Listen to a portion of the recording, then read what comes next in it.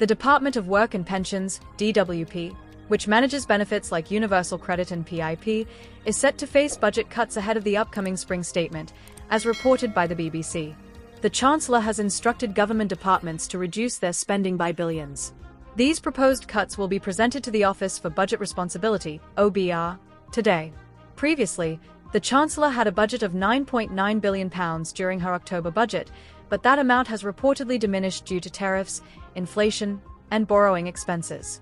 The Chancellor will officially announce these cuts in her spring statement on March 26, with DWP cuts also expected to be revealed by Work and Pensions Secretary Liz Kendall, as the government aims to decrease spending on health and disability benefits.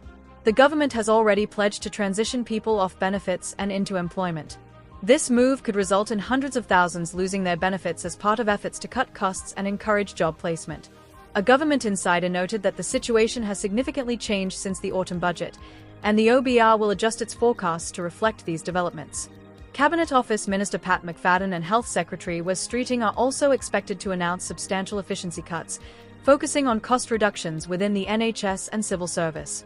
An insider mentioned that the Chancellor is committed to implementing necessary changes to enhance Britain's security and prosperity, with the entire government advocating for these adjustments in the coming weeks. The DWP is also seeking new powers to combat fraud and lower spending. This includes the ability to disqualify drivers and recover funds directly from the bank accounts of those committing fraud. Employment Minister Alison Govan expressed confidence that the ability to pursue court action for disqualifying drivers who fail to repay fraudulently obtained benefits will be effective.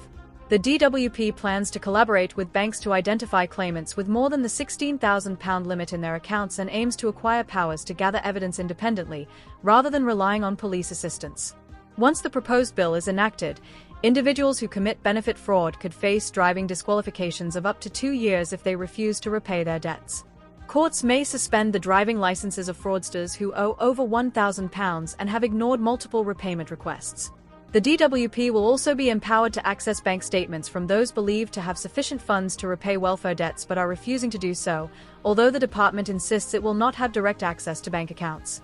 Work and Pensions Secretary Liz Kendall stated that the government is turning off the tap to criminals who cheat the system and steal from law-abiding taxpayers.